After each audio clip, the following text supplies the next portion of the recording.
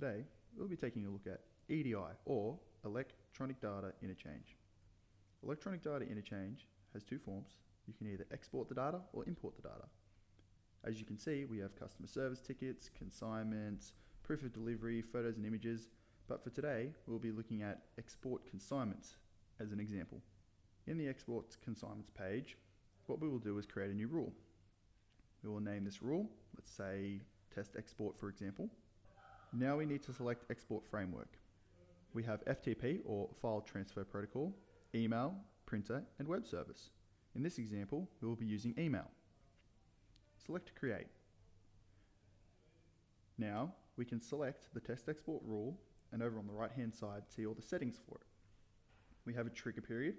If you click on settings, you can see we can have this to every 2 to 90 minutes, or we could have it set to trigger at period, time, date, and days, which means you can have a first run time, second run time, third run time all throughout the day, and also select which days you would like this to run on.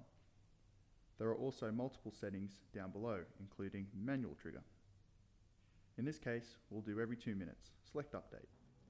Now, looking at the export framework again, if you select Settings, we can select who to email to and where to email from. You will also see Send to Customer Contact and Send to Assigned Agent Contact. These details are entered in the customer card file or the agent card file. You can see this by going to the card file's contact details. In here you can also have email to and the email subject. If you right click in email subject, you can also add in prefixed fields which will pull data from those selected consignment areas, the email body and the email body HTML. We also have a single export only. This will only export the data once per job, no matter what. You can have a trigger event, which is usually set to consignment sub-event, but you do have multiple options. Select the helper icons if you would like a quick and brief rundown on what each setting does.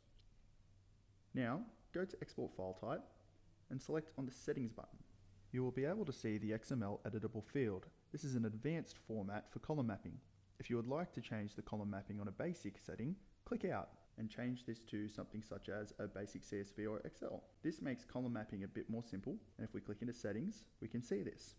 You can simply add in any fields that you require by clicking in the box below. Now just click out, and what we will do is go down and have a look at data filters. The data filter actually restricts where this rule applies. In this case, we will put in customer name equals, and then we'll select the customer, in this case 7-Eleven. Add the rule and press update. Now this rule will only apply when the customer is 7-Eleven.